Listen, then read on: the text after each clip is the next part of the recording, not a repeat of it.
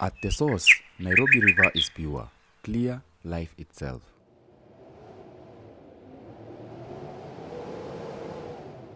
But as the river flows, the dream turns into a nightmare. Factories dump poison, sewage floods in. The smell of death replaces the gift of life. But who is to blame? The answer is clear. The Nairobi River tells two stories. At its source in Karen, deep inside a green forest, the water is pure, clean, and life-giving. You can see it springing from the rocks, crystal clear and safe to drink. That's exactly what the Vibe Tribe movement, led by Francis Awino, went to witness. They walked through the forest, breathing in fresh air, listening to the birds, and touching the river in its natural state.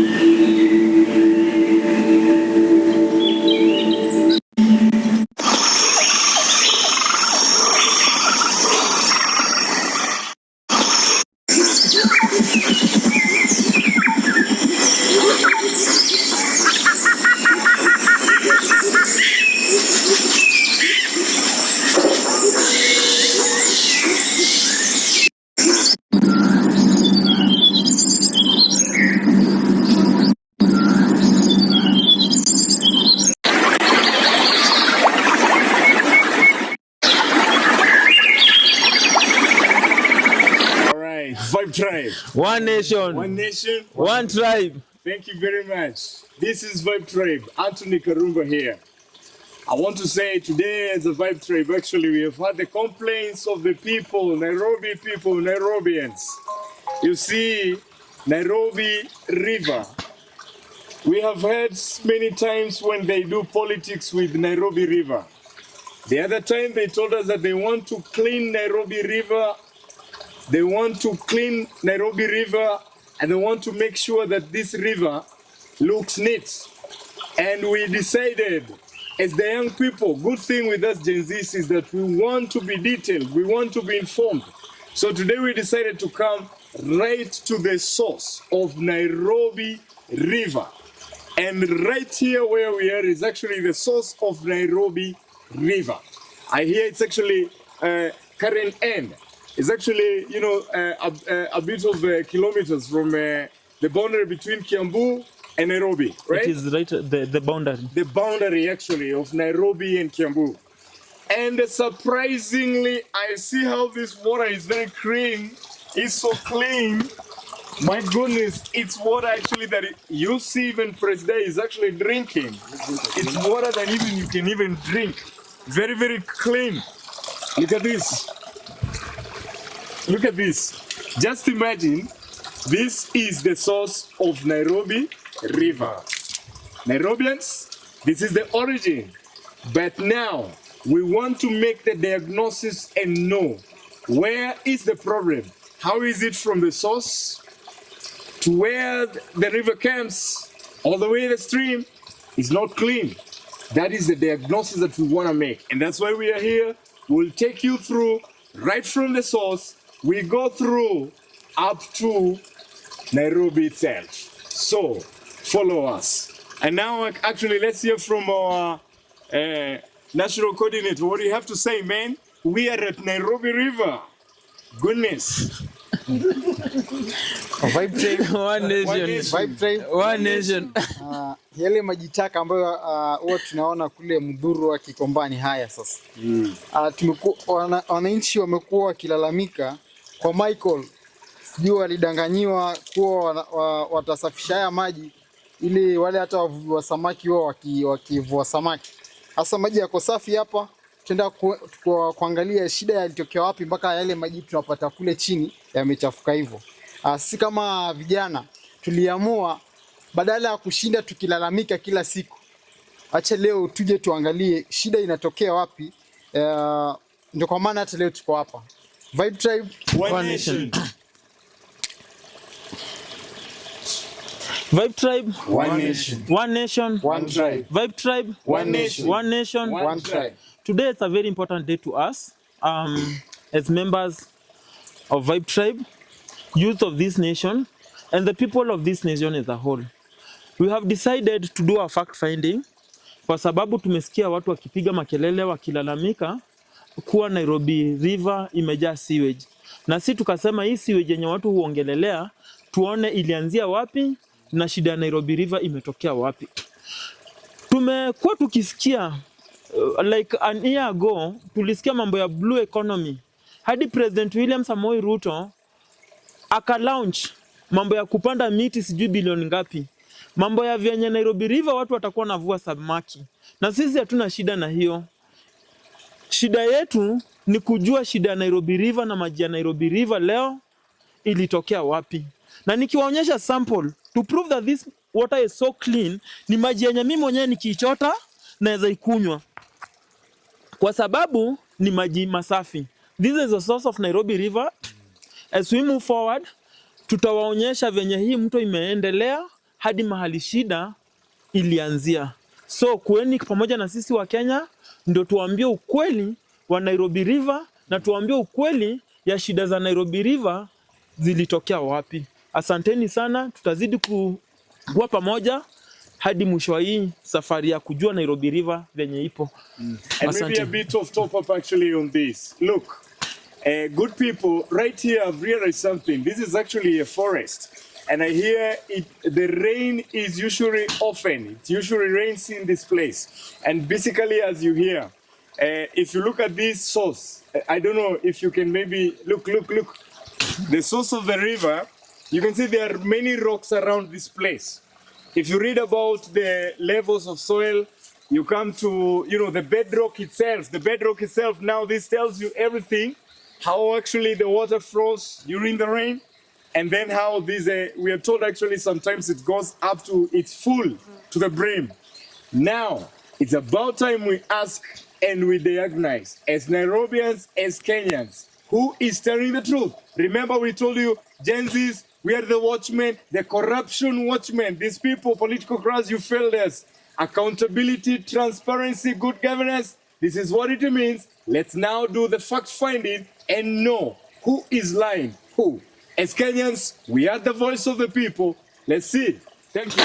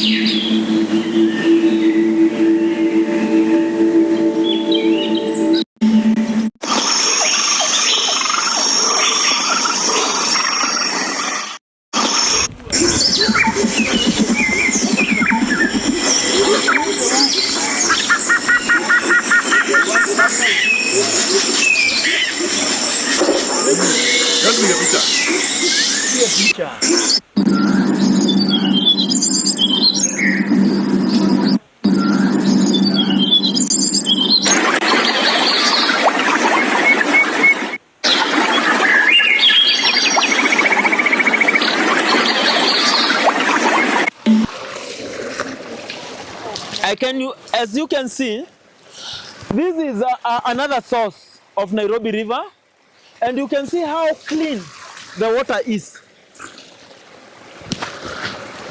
You can drink the water, you can use the water the way you want, because it's clean than even the water we usually use when we are in Nairobi. So I'm saying this, it is very important to know that whoever destroys our Nairobi River usually does a very bad thing to people of this nation as a whole. It is our mandate to make sure that we have a clean environment that is conducive to everyone. I'm urging the government, the way we can see this water, that is the same way we want to see the water from River Road or Grogon. We don't want to see sewage there. This place is like a shrine, because in this source, this is where the churches usually comes for baptism. And that's why you are seeing this water flowing as clean as you can see. So we are appealing to the government, if you can protect, our Nairobi River and make this place a protected area, so that what we see in River Road should not be seen here. And that's why we decided as youth and as Genz'S, we have to come here so that we can see where our biggest problems are coming from. Tumeona last year part 1, mambo ya ecosystem, mambo ya blue economy, pesa zimetengwa nyingi sana ya kuprotect Nairobi River. Hadi president alituambia kuwa watu watakuwa wakivua samaki Nairobi River. Ukasema watu watakuwa wanavua samaki kwa maji kama haya, tutaamini. Lakini ukisema watu watakuwa wakivua samaki kwa siweji yenye iko River Road, hatuwezi amini. So tunataka kuuliza, pesa ya blue economy ilienda wapi? Kwa sababu maji source hapa ni safi, lakini ukienda River Road maji ni chafu. Na ndio maana tumesema kabla tuongelelee kitu yoyote ya mambo ya maji na pesa yenye ilikuwa ya kuosha maji ya Nairobi River ilienda wapi, tukuja kwa source tujue shida iko wapi. So tutaendelea vizuri, tumeanzia kwa source ya kwanza, tuko sasa mahali source ya kwanza na ya pili imeshikania, ndio tujue shida ya Nairobi River iko wapi, ndio sisi kama Wakenya tujue uponyaji utatokea wapi. Those are some of the reasons why tunasema sisi kama vijana, hii nchi iko na mashida mingi sana, and we are mapping all the problems that we have, so that tukichukua hii uongozi tutajua tutaanzia mashida yetu wapi na tutaanza kutatua gani. But we are saying at the same time, kuna zile mashida zenye tumekataa kuinherit 2027, zile zenye tunaweza deal nazo saa hii, lazima tungangane kama vijana to make sure tumedeal nazo. Zenye tutashindwa tukichukua uongozi, tutadeal nazo. Lakini nawaambia Wakenya, imebakia kidogo tu. Sisi tukichukua uongozi, hizo matope za River Road, hiyo sewage ya River Road, msahau. Maji ya River Road na source tuta make sure iko sawa.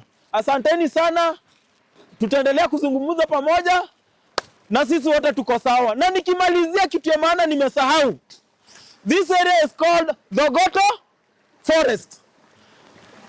And watu wa Thika Road wakilia mambo ya jua, watu wa hii area hawajailia jua. Kuna nyeshanga hapa after every 2 weeks kuna kuwa na mvua kubwa. Hata jana kumenyesha mvua kubwa kabisa.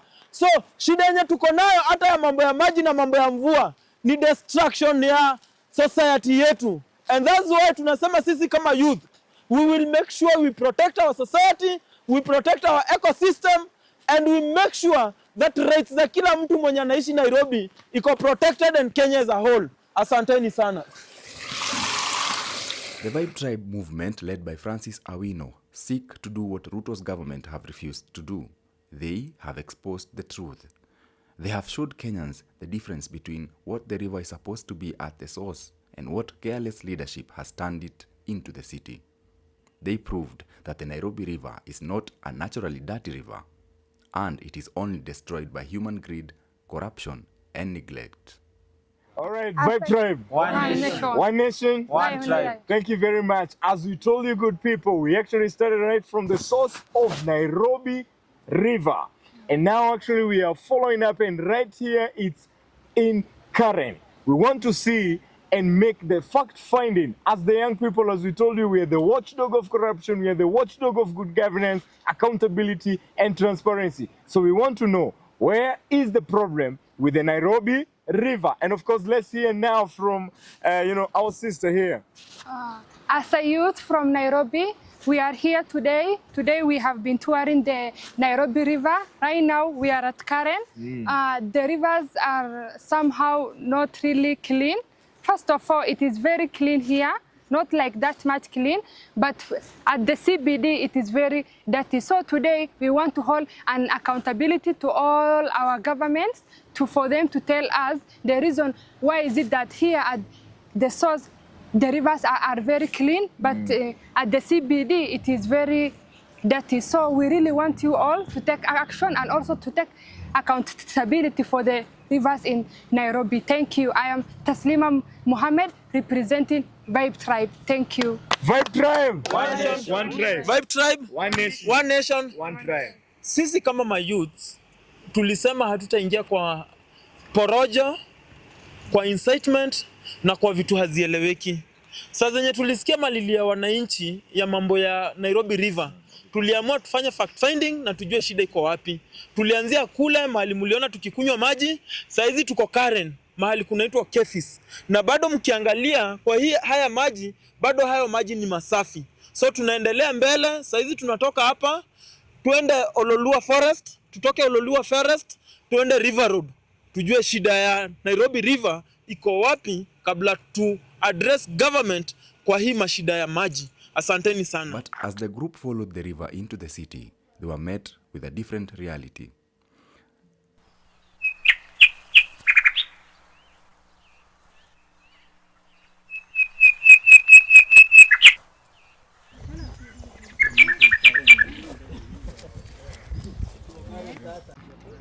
The water that was once pure is now dirty, black, and smelly. Factories dump chemicals directly into it. Sewage flows in without control. Plastic garbage and human waste choke the flow. The river is toxic, dangerous, and a health risk to anyone living near it. But this is not an accident. This is a result of failure in leadership, and the biggest blame lies within the government led by President William Ruto. When President Ruto came into power, promising to clean Nairobi River, he launched the Nairobi Rivers Commissioning in 2023, promising billions of shillings for a cleanup and the so-called blue economy. Sisi hatuwezi kuwa tutaka kwa mazingira chafu ila hali pesa ya wananchi ilikuwa located isafishe mto. Vibe Tribe, One nation. Vibe Tribe, One nation. Welcome. Vibe Tribe. One nation. One nation. One tribe. Vibe Tribe. One nation. One nation. One tribe. Leo ni siku ya maana sana sisi kama wa Kenya. From yesterday, we were so busy on our fact-finding mission, trying to check where the problem has been kwa issue ya Nairobi River. And today, we are all saddened as members of Vibe Tribe and youth of this nation. Kwa sababu tumeona President Dr. William Samoei Ruto anaeneza hii serikali kama serikali ya vipindi. We are sure and double sure tulimuona kwa blue economy pale KICC akilaunch mambo ya kupanda miti sijui bilioni ngapi. Akatoka hapo akabeba dayas, akaenda nayo Kamukonji, akatuambia kuwa samaki za Lake Turkana zinakufanga kwa sababu ya kuzeeka, na kuwa in 3 months 100 days watu wa Nairobi watakuwa kivua samaki Nairobi River. Yesterday we have pictures and we have proofs beyond reasonable doubt kuwa jana nilikunywa maji ya Nairobi River kutoka kwa source of Nairobi River pale Ndogoto Forest. Leo nilikuwa nafikiria nikifika hapa Kamukonji nitakuja nichote haya maji nianywe. This is what the president promised us in 100 days, that tutakuwa tukivua samaki hapa na tutakuwa tukikunywa maji hapa. Tunataka kuuliza Dr. William Samoei Ruto, kwa nini unaendeleza hii serikali kama serikali ya kipindi? Kwa nini unadanganya watu wa Kenya? Kwa nini unadanganya wana Nairobi? Inaonekana umeambukizwa hiyo kasumba ya kutofanya kazi na governor wa Nairobi. Sasa vipindi governor anaanzisha vipindi pande hii nyingine analeta kwa President William Samoei Ruto. So sisi tunaomba serikali, it is workable. One of the biggest reasons we are saying, sisi kama vijana tukichukua uongozi vitu kama hizi hazitaonekana, kwa sababu kuna mahali shida ipo. There is no way the source of this Nairobi River inaweza kuwa maji ni masafi, watu wanaingia kwa hayo maji wana swim. Lakini ukikuja hapa harufu peke yake inaweza kafanya uanguke. But what has happened since then? Nothing. The river is still dirty. The pollution has not stopped. Communities continue to suffer. So where did the billions go? Instead of change, we see endless commissions, photo op launches and empty speeches. While leaders take credit in front of cameras, the Nairobi River continues to die.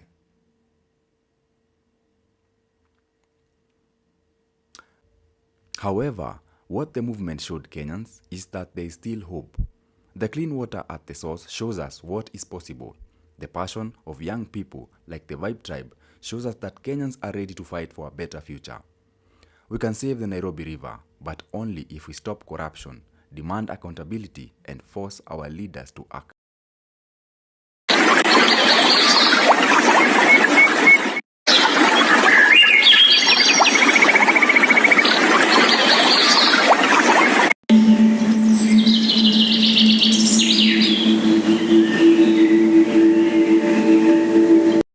So kindly today we are holding accountable for our government for this river. We right from the source that we have already shown you. Right now we are at CBD. Now look at the death and all these things. So kindly we need accountability from our government for them to be able to be accountable for everything that they have said that they will do for their people. Thank you. Because the truth is simple. This mess is not nature's fault. It is the people's fault. It is the fault of William Ruto's government. And it will only change if we, the people, demand it. So we are telling the people of this nation, have some little faith. Have some little faith with we youth. Tukichukua hii serikali 2027, hizi vitu zenye mnaona za vipindi kwa hii serikali yenye inaendelea, tuta make sure tumedeal nazo na tumemalizana nayo. And I want to say this. I want to appeal to the leaders of this nation, precisely the president of this nation. The fact that you live in State House and you are the president right now doesn't mean that hauwezi pata ile madhara yenye hii mto inaleta kuanzia saa hii. Saa zenye watoto wa Korogocho wanagonjeka juu ya cholera. Saa zenye watu wengine wanagojeka juu ya kukosa mazingira safi. It will affect all of us as people who lives in this nation. And I want to add on this. Hakuna mtu mwenye alihonga Mungu azaliwe hii Kenya. Sisi wote tuko obligated kuishi kwa hii Kenya kwa sababu sisi wote tulizaliwa hapa. So mazingira safi inafaa kuwa kwa mtoto maskini, mtoto tajiri. Iwe uko na pesa, iwe hauna. And that's why we are appealing to the government. This thing inafaa kitu yenye government isha deal nayo kitambo. Na kusiwa na kipindi kwa mambo ya mazingira. Kusiwa na vipindi kwa mambo ya usafi. Sisi wote tufurahie kuishi Kenya kwa sababu Kenya ni yetu sisi wote. Asanteni sana. Mungu abariki Kenya na Mungu awabariki wote. Thank you.